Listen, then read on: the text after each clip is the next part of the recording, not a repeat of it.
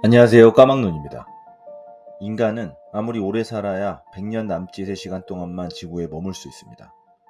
인류라는 종의 관점에서 보더라도 수천 년 또는 수만 년 남짓일 뿐입니다. 그렇다면 지구는 어떨까요? 지구의 나이는 46억 년 정도로 알려져 있습니다. 46억 년. 인간 한 명의 수명이 100년이라고 가정해 본다면 인간 한 명의 수명과 비교하여 4,600만 배에 달하는 시간입니다. 우주의 나이는 어떨까요? 우주의 나이는 138억 년이라고 알려져 있습니다. 인간 수명과 비교하면 1억 3,800만 배에 달하는 시간입니다. 그렇다면 지구는 언제까지 존재할 수 있을까요? 태양은 또 언제까지 존재할 수 있을까요? 우주는 또 언제까지 존재할 수 있을까요?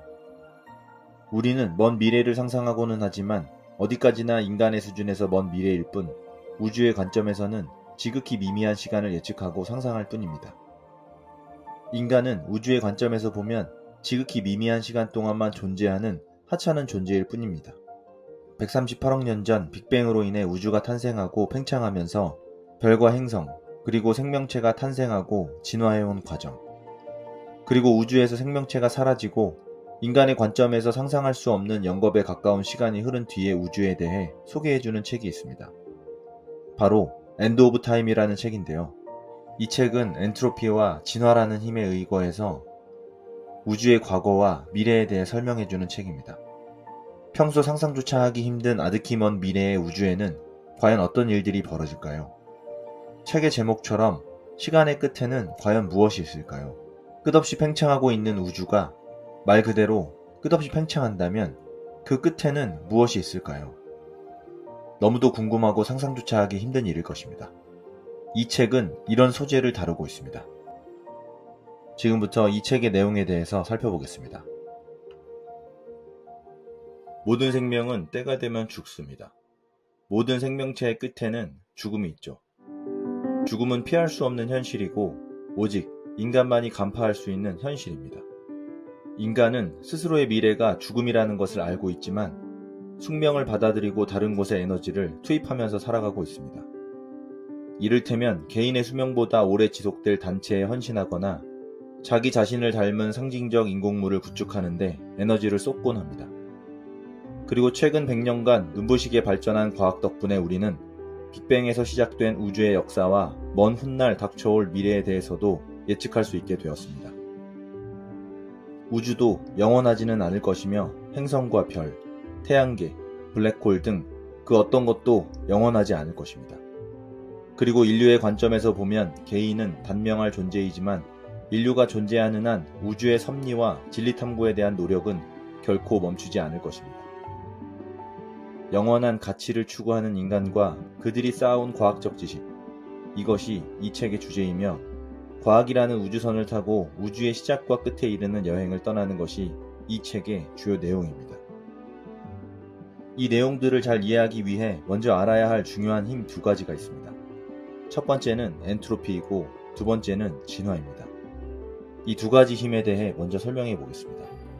엔트로피라는 것을 설명하기 위해 이 책에서 활용하는 소재는 동전입니다. 동전 100개를 책상 위에 던졌을 때 100개 모두가 앞면이 나온다면 대부분의 사람들은 크게 놀랄 것입니다. 굉장히 확률이 낮기 때문이죠. 그렇다면 99개가 앞면이 나오고 1개가 뒷면이 나오는 경우는 어떨까요? 경우의 수를 따지면 100개 모두가 앞면이 나올 확률보다 100배나 높습니다. 100개의 동전에 번호표를 붙여놓았다고 가정해 보겠습니다. 1번부터 100번 동전이 각각 뒷면이 나오는 경우를 생각해 보면 경우의 수는 총 100가지가 될 것입니다. 이런 개념에서 생각해 보면 뒷면이 2개 나오는 경우의 수는 4,950가지, 뒷면 5개가 나오는 경우의 수는 7,500만 가지나 됩니다. 뒷면의 개수가 늘어날 때마다 경우의 수가 크게 증가하죠.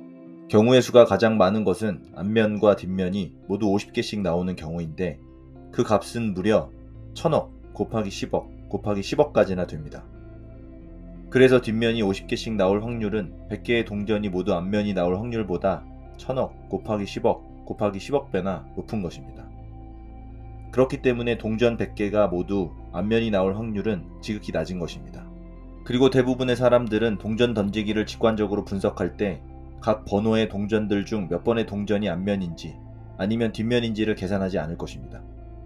대부분은 동전의 앞면과 뒷면의 비율만을 고려할 것입니다. 동전을 2번 던졌는데 2번 모두 95개가 앞면이 나오고 5개가 뒷면이 나왔다고 가정한다면 대부분의 사람들은 첫 번째와 두 번째의 경우에 뒷면이 나온 동전이 몇 번 동전이었는지 고려하지는 못할 것입니다. 그냥 두 경우가 모두 뒷면이 5개가 나온 같은 경우라고 고려할 뿐이죠. 앞면과 뒷면의 비율이 중요한 것이기 때문입니다. 결국 엔트로피를 이해하기 위해서는 특정 배열이 갖는 경우의 수를 고려해야 합니다.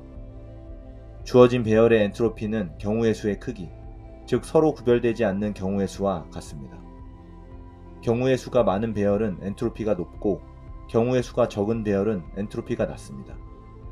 동전 100개가 모두 앞면이 나오는 경우의 수는 1개이기 때문에 엔트로피가 지극히 낮을 것이고 50개가 뒷면이 나오는 경우의 수는 1000억 곱하기 10억 곱하기 10억까지이기 때문에 엔트로피가 높다고 할 수 있는 것입니다. 당신이 경험하는 상태는 거의 대부분 엔트로피가 높은 상태일 것입니다. 고엔트로피 상태는 구성입자의 다양한 배열을 통해 구현될 수 있으므로 전형적이면서 평범하고 흔한 상태입니다. 반면에 저엔트로피 상태는 거시 상태를 유지하면서 바꿀 수 있는 배열의 수가 적다는 뜻이어서 고엔트로피 상태보다 드물게 나타납니다. 당신이 샤워를 끝내고 거울을 바라보고 있는데 욕실 안에 있는 수증기가 거울 앞에 조그만 정육면체 안에 모여든다면 어떨까요? 엔트로피가 낮은 상태에 직면하면 일단 조작되었을 가능성을 의심해볼 필요가 있습니다. 이것이 바로 엔트로피입니다. 그리고 연력학 제2법칙에 의하면 엔트로피는 시간이 흐름에 따라 증가하는 경향이 있습니다. 아주 드물게 감소하는 경우도 있지만 거의 모든 물리적 과정에서 엔트로피는 증가합니다. 특별한 배열은 평범한 배열로 바뀌고 질서는 무질서로 변합니다. 그리고 이 변화는 엔트로피가 최대치에 도달할 때까지 계속되며 최대 엔트로피에 도달한 후에는 무수히 많은 동일 배열 사이를 왔다 갔다 하면서 최대 엔트로피를 유지합니다. 이것이 바로 연력학 제2법칙입니다. 이 법칙은 무언가를 단언하는 법칙은 아닙니다. 대부분의 경우 시간이 흐름에 따라 엔트로피가 증가하지만 아주 드물게 감소할 수도 있는 것입니다. 다만 그 확률 자체가 엄청나게 작을 뿐이죠. 깨지는 유리에서 몸의 노화에 이르기까지 당신이 겪는 모든 일상적 현상들은 반대 방향으로도 진행될 수 있습니다. 과거와 미래의 차이는 바로 여기에서 비롯됩니다. 엔트로피가 아직 최대치에 도달하지 않은 현재에서 시간이 더 흐르면 제2법칙에 의해 엔트로피가 증가할 확률이 엄청나게 높으므로 과거와 다른 미래가 펼쳐지는 것입니다. 그러나 결국 엔트로피가 최대치에 도달하면 과거와 미래는 차이가 없을 것입니다. 제2법칙을 따라가다 보면 오늘의 상태는 오늘보다 엔트로피가 낮은 어제의 상태에서 비롯되었다는 결론이 도출됩니다. 어제는 그저께, 그저께는 그저께로 소급되다가 결국에는 엔트로피가 가장 낮았던 우주의 기원, 즉 빅뱅까지 도달하게 됩니다. 빅뱅이 일어나던 무렵의 엔트로피가 상상을 초월할 정도로 낮았고 아직도 엔트로피가 최대치에 도달하지 않았기 때문에 과거와 다른 미래가 펼쳐지고 있는 것입니다. 그렇다면 우주는 왜 그렇게 질서정연한 상태에서 시작되었을까요? 빅뱅 이전에 존재하던 공간은 인플라톤 장이라는 에너지로 가득 차 있었고 양자적 불확정성, 즉 양자적 요동 때문에 끓는 물의 표면처럼 격렬하게 요동치고 있었습니다. 그렇게 영겁의 시간이 흐르던 어느 순간 인플라톤 장의 값이 균일하게 분포되어 있는 통계적으로 아주 희귀한 저엔트로피 상태의 작은 영역이 생기게 되었고 행운이 찾아온 순간 밀어내는 중력이 작용하여 공간이 팽창하면서 우주적 사건이 일어나게 되었습니다. 여기서 작은 영역의 저엔트로피 상태가 생긴 이유는 밝혀지지 않았습니다. 빅뱅 직후 10억 곱하기 10억 곱하기 10억 분의 1초 사이에 밀어내는 중력이 작용하여 오늘날 관측 가능한 우주보다 훨씬 큰 규모까지 팽창하였습니다. 공간은 여전히 인플라톤장으로 가득 차 있었고 이후 아주 짧은 시간 동안 인플라톤장이 퍼지면서 에너지가 입자 안개로 변했습니다. 그로부터 몇 분이 지나고 무거운 입자는 여러 개의 가벼운 입자로 분해되고 친화력이 높은 입자들은 하나로 뭉쳐 복합 입자가 되었습니다. 공간은 양성자와 중성자, 전자 등 우리에게 친숙한 입자들로 가득 차게 되었고 이들은 팽창하는 공간을 따라 넓게 퍼져나갔습니다. 인플라톤장의 양자적 요동은 빅뱅의 잔광에 국소적인 온도 변화를 초래했고 인플레이션이 끝날 무렵에는 입자의 밀도가 지역에 따라 조금씩 달라지게 되었습니다. 주변보다 밀도가 조금이라도 높은 지역은 조금 강한 중력을 행사하여 많은 입자를 모을 수 있었고, 입자가 모여들수록 중력이 더욱 강해지면서 더 많은 입자들을 모을 수 있었습니다. 이것을 중력의 눈덩이 효과라고 부릅니다. 수억 년이 지난 후 입자 밀집 지역은 질량과 압력, 온도가 엄청나게 높아져서 자체적으로 핵 반응을 일으킬 수 있게 되었고, 어두운 공간에 빛나는 별들이 드디어 탄생하게 되었습니다. 조금 더 자세하게 설명해 보면, 공간에 퍼져 있던 양전하를 띤 양성자가 음전하를 띤 전자를 잡아당기면서 원자들이 모여 분자가 형성되었고, 분자의 수가 많아지면서 중력이 강하게 작용하여 분자들이 안쪽으로 빨려 들어가게 되었습니다. 분자들은 기체 덩어리의 중심부를 향해 추락하면서 속도가 빨라졌고 온도가 높아졌습니다. 기체 구름이 중력에 의해 안으로 수축되면서 부피가 작아지고 뜨거워졌던 것입니다. 그리고 열은 중심부에서 외부로 흘러나가 기체 구름 외부의 분자들이 흡수하게 되면서 바깥쪽으로 움직여 구름은 점점 더 크게 팽창하였습니다. 그러나 중심부의 중력 때문에 바깥쪽 분자들의 속도는 점점 더 느려지고, 이 때문에 구름의 가장자리는 온도가 내려가게 되었습니다. 이런 식으로 중심부와 외부의 온도차가 커질수록 더욱 많은 열이 흐르면서 위의 과정이 더욱 격렬하게 진행되었습니다. 그리고 기체 구름의 중심부의 온도와 압력이 임계치를 넘으면 핵융합이라는 물리적 과정이 시작되면서 자기증폭 과정이 종료됩니다. 원자핵이 합병되면 엄청난 양의 에너지가 방출되면서 입자들의 속도가 빨라지고 외부로 향하는 압력이 생성되어 안으로 향하는 중력과 균형을 이룹니다. 결국 핵융합으로 인해 수축이 중단되는 것입니다. 그리하여 안정적인 상태에서 열과 빛을 방출하는 거대한 천체가 모습을 드러나게 되었고, 이것을 우리는 별이라고 부릅니다. 그리고 기체 구름의 중심부가 수축되면 열을 방출하면서 엔트로피가 감소하고, 변두리는 그 열을 흡수하여 엔트로피가 높아집니다. 중심부의 엔트로피 감소량보다 변두리의 증가량이 더 크기 때문에 전체적인 엔트로피는 증가합니다. 이처럼 중력은 별의 형성 과정에서 가장 중요한 역할을 합니다. 그리고 별의 중심에서 핵융합을 일으키고 밖으로 향하는 압력을 생성하여 자체 중력으로 붕괴되는 것을 막아주는 힘이 핵력입니다. 핵융합 반응을 통해 질량이 더 크고 구조적으로 복잡한 저 엔트로피 원자핵이 생성되고, 이 에너지는 대부분의 별의 내부를 태우거나 빛의 형태로 방출됩니다. 별이 빛을 방출하는 이유는 표면에서 수많은 광자가 폭발하듯이 방출되기 때문이고, 이 과정에서 다량의 엔트로피가 외부로 방출됩니다. 우주는 물질의 내부에 갇혀있는 엔트로피를 캐내기 위해 기발한 방법으로 중력과 핵력을 차용하고 있는 것입니다. 중력이 없다면 입자들은 균일하게 퍼지면서 엔트로피가 최대인 상태를 향해 나아갈 것입니다. 그러나 중력이 개입되면서 입자 무리는 무겁고 조밀한 덩어리로 응축되었고, 여기에 핵융합이 가세하면서 엔트로피가 더욱 큰 폭으로 증가하게 되었습니다. 그리고 별에서 방출된 열과 빛으로부터 주변 행성에서 적어도 한 번 이상 생명체가 탄생하게 되었습니다. 생명 탄생 과정에는 우주에서 가장 복잡하고 정교한 구조체를 탄생시킨 엔트로피의 경쟁 상대, 즉 진화가 개입되어 있었습니다. 생명체를 구성하는 원자들 중 우주에서 가장 많은 것은 탄소, 수소, 산소, 질소, 인, 그리고 황입니다. 그리고 원자는 양성자와 중성자, 전자를 결합하여 만들 수 있는데 높은 온도와 압력이 필요합니다. 빅뱅 직후 발생된 높은 온도와 압력이 양성자, 중성자, 전자를 결합하게 만들었죠. 그래서 수소, 헬륨, 중수소와 같은 최초의 원소가 탄생하게 된 것입니다. 그리고 별의 내부에서 발생되는 핵융합 반응을 통해 더 무겁고 복잡한 원소들이 만들어지게 되었습니다. 예를 들어 질량이 태양의 20배인 별은 처음 800만 년 동안 수소를 융합하여 헬륨을 생산하고, 다음 100만 년 동안 헬륨을 융합하여 탄소와 수소가 만들어집니다. 그리고 이 시점부터 중심부의 온도가 높아지고 그 후 약 1000년 동안 나트륨과 네온을 만들어내며, 그 다음 6개월 동안 마그네슘, 그 다음 한 달 동안 황과 실리콘, 그 다음 약 10일 동안 남은 원자핵을 모두 태워 철을 만들어냅니다. 그리고 철이 만들어지면 융합 반응은 멈추게 됩니다. 융합 반응이 멈추게 되면 별은 자체 중력으로 수축되고 붕괴되기 시작합니다. 중심부의 온도가 급격하게 상승하고 내파되는 물질이 중심핵으로부터 튕겨져 나와 폭발을 하게 되는데, 이것이 초신성 폭발인 것입니다. 이때 별의 중심부는 더욱 강하게 압축되고 철보다 무거운 원소들이 생산되기 시작합니다. 이때 다양한 원소들이 우주 공간에 뿌려지게 되고, 이러한 원소들이 장구한 세월 동안 우주 공간을 떠돌다가 기체 구름으로 뭉쳐서 별과 행성이 되었고, 그중 일부가 우리의 몸이 되었습니다. 바로 이것이 모든 물질의 기원입니다.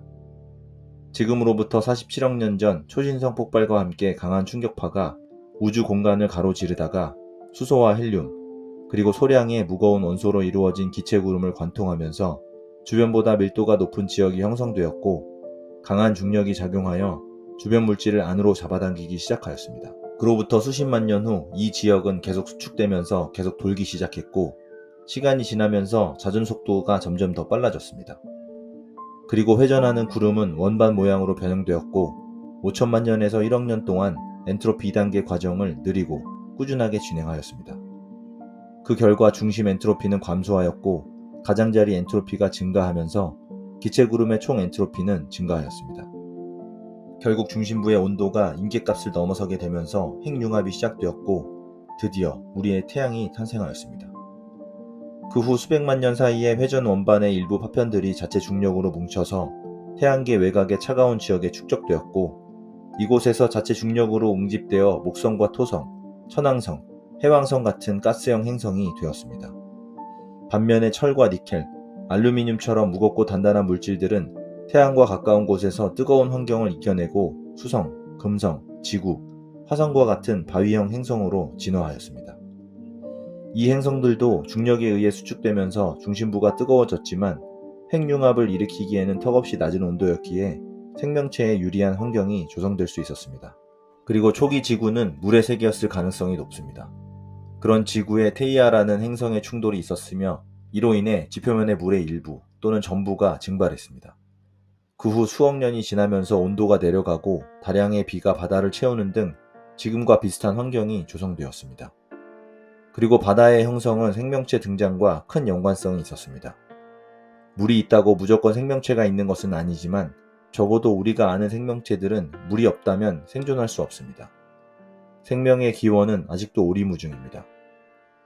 그렇지만 확실한 것은 분자가 복제 능력을 획득하기만 하면 무작위로 나타나는 오류와 변이가 분자의 진화를 유도하고 적응력을 향상시키는 쪽으로 화학물질이 합성된다는 것입니다. 분자는 이 과정을 수억 년 동안 반복한 끝에 드디어 생명활동에 필요한 화학물질을 만들어낼 수 있었습니다.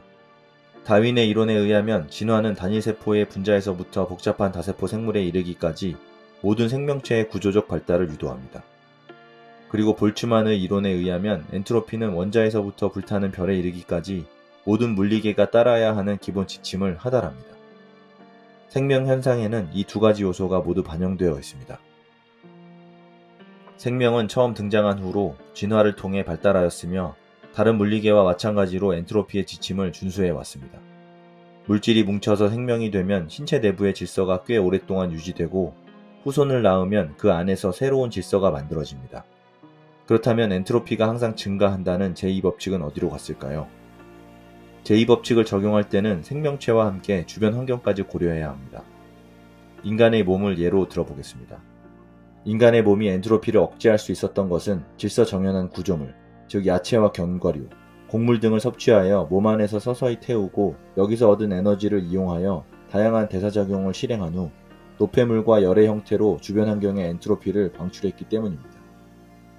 음식을 태워서 에너지를 저장했다가 필요할 때 세포의 동력원으로 사용하는 과정은 증기기관보다 훨씬 정교하지만, 엔트로피의 관점에서 볼 때 기본적인 물리학 원리는 동일합니다. 그리고 인간이라는 먹이사슬의 최상위에 있는 생명체에서 시작하여 먹이사슬을 아래로 내려가다 보면 햇빛을 먹고 사는 식물에 도달하게 되는데, 이들의 에너지 순환 또한 엔트로피 2단계 과정의 또 다른 사례를 보여줍니다. 식물 세포에 흡수된 광자가 전자를 높은 에너지 상태로 올려놓으면 세포 기계가 작동하여 다양한 기능을 수행합니다. 그러므로 태양에서 날아온 광자는 식물로 하여금 생명활동을 수행하게 하고 고엔트로피 저품질의 폐기물을 방출하게 만드는 저엔트로피 고품질의 영양분인 셈입니다. 우리는 저엔트로피의 기원을 추적하다가 태양에 도달했습니다. 중력은 기체 구름을 쥐어짜서 별을 만들고 내부 엔트로피를 낮춥니다. 그리고 이 과정에서 다량의 열이 외부로 방출되면서 주변 공간의 엔트로피는 증가합니다. 별의 내부에서 핵융합이 시작되고 별은 빛을 발하고 다량의 광자가 외부로 방출됩니다. 우리의 태양에서 출발하여 지구에 도달한 광자는 식물의 대사에 동력을 공급하는 저엔트로피 에너지원입니다. 그래서 과학자들은 지구의 생명체가 중력에 의해 유지된다고 주장합니다. 중력은 물질을 안으로 응축시키면서 안정된 환경을 제공하고, 또 한 가지의 힘인 핵력은 수십억 년 동안 고품질의 광자를 대량으로 생산하여 지구 생명체를 먹여 살려왔습니다. 그러므로 핵력과 중력은 생명을 유지시켜주는 저엔트로피 연료인 것입니다. 우리는 물리학의 기본 원리를 이용하여 빅뱅과 별, 그리고 행성의 탄생 과정에 대해 설명했고, 별의 내부에서 복잡한 원소가 형성되는 구조를 이해했으며, 이 원자들이 자기 복제가 가능한 분자로 진화하여 주변 환경에서 추출한 에너지로 질서정연한 형태를 유지한다는 사실도 알아냈습니다. 그렇다면 생명은 어떻게 의식을 갖게 되었을까요? 40억 년 전 최초의 원핵세포가 등장한 이후 뇌가 등장하기 전 어느 시점에 생명체는 생각하고, 느끼고, 사랑하고, 미워하고, 두려워하고, 희생하고, 동경하고, 상상하고 창조하는 능력을 갖게 되었습니다. 17세기 뉴턴은 인간의 감각으로 느낄 수 있는 명확한 패턴을 발견하여 운동법칙을 요약해 놓았고, 그 후 과학자들은 뉴턴의 물리학으로 설명할 수 없는 세 가지 영역을 새롭게 개척했습니다. 첫째는 뉴턴이 고려했던 것보다 훨씬 작은 영역을 탐구하는 데 필요한 양자 물리학이고, 두 번째는 뉴턴이 고려했던 것보다 훨씬 더 큰 영역을 탐구하는 데 필요한 아인슈타인의 일반 상대성 이론이며, 이를 통해 우리는 중력의 근본적 성질을 비롯해 별과 행성의 형성 과정을 설명할 수 있습니다. 마지막으로 세 번째는 뉴턴이 고려했던 것보다 훨씬 더 복잡한 대상을 이해하기 위해 여러 개의 입자들이 모여 생명과 마음을 창출하게 된 과정을 설명하는 것입니다. 바로 의식에 관한 것입니다. 우리의 두뇌는 어떤 과정을 거쳐 변화무쌍한 주관적 경험 세계를 만들어내고 유지하는 것일까요? 당신과 나의 육체는 상호작용하는 입자의 무리, 그 이상도 그 이하도 아닙니다. 당신의 몸을 구성하는 입자들이 당신의 내면의 노란색이라는 주관적 느낌을 만들어내는 과정을 이해하는 것은 결코 쉬운 일이 아닙니다. 또한 당신의 입자들이 어떻게 당신의 얼굴에 미소를 띄우는지는 알 수 있지만, 입자들이 당신의 내면의 행복이나 슬픔을 유발하는 과정에 대해서는 아는 것이 별로 없습니다. 우리는 다양한 감정들을 수시로 느끼며 살고 있지만, 입자들의 상호작용으로부터 이런 감정들이 생겨나는 과정은 전혀 모르고 있는 것입니다. 의식의 미스테리에 접근하는 많은 이론들이 있지만, 환원주의적 관점에서 보면 결국 우리의 의식을 포함한 모든 것은 물리법칙을 따르고 있습니다.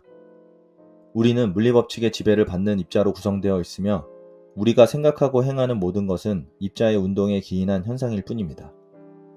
당신과 내가 만나 손을 잡으면 당신의 손을 구성하는 입자들이 내 손을 구성하는 입자들을 위아래로 흔들어 악수라는 행위를 만들어냅니다. 모든 입자들이 수학적 법칙을 따른다는 것은 이론과 실험을 통해 확실하게 입증된 사실입니다. 우리는 자연의 가장 기본적인 단계에서 작용하는 법칙을 직접 볼 수 없기 때문에 자신의 선택이 자유의지를 발휘한 결과라고 믿고 있습니다. 인간의 무딘 감각으로는 입자 세계에 적용되는 법칙을 느낄 수 없습니다. 우리의 감각과 추론은 일상적인 규모에 한정되어 있어서 과거에 자신이 취했던 여러 행동을 비교하여 미래의 가능성을 판단하는 것이 최선입니다. 우리의 생각과 행동은 자유의지에 의한 선택이 아니라 물리법칙을 따를 뿐입니다. 특정한 순간의 나는 입자의 집합이며 입자의 특별한 배열을 나타내는 약칭입니다. 나의 행동은 자유의지와 무관하지만, 그렇다고 해서 나의 특별한 입자 배열은 나만의 독특한 방식으로 반응한다는 거시적 서술이 퇴색되지는 않습니다. 당신의 행동과 반응, 생각이 나와 다른 이유는 입자의 배열 상태가 서로 다르기 때문입니다. 하나의 자극에 대하여 사람이 보일 수 있는 반응은 거의 무한대에 가까울 정도로 다양하기 때문입니다. 이것은 지금까지 우리의 이야기를 이끌어온 핵심 원리, 즉 엔트로피 2단계 과정과 진화가 사실임을 보여주는 강력한 증거입니다. 엔트로피 2단계 과정은 모든 것이 무질서를 향해 나아가는 세상에서 어떻게 질서정연한 입자 덩어리가 형성될 수 있는지, 그리고 이 덩어리가 수십억 년 동안 엄청난 양의 열과 빛을 방출하면서 어떻게 안정한 상태를 유지해 왔는지를 설명해 줍니다. 그리고 진화는 별 덕분에 따뜻한 환경이 조성된 행성에서 여러 개의 입자들이 한데 뭉쳐 복잡한 행동을 구현하고 복제하고 복구하고 외부에서 에너지를 취하여 대사를 진행하고 성장해온 과정을 설명해 줍니다. 입자 집단 중에서 생각하고 배우고 소통하고 협력하고 상상하고 예측하는 능력을 습득한 집단은 생존 경쟁에서 유리한 위치를 점하여 자신과 비슷한 능력을 갖춘 집단을 양산하고 세대를 거듭하면서 능력이 더욱 향상되었습니다.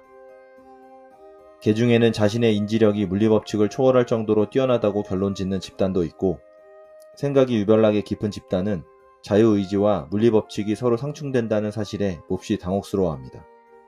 그러나 사실 이들은 물리법칙을 초월한 적이 단 한 번도 없기 때문에 충돌이 일어난 적도 단 한 번도 없습니다.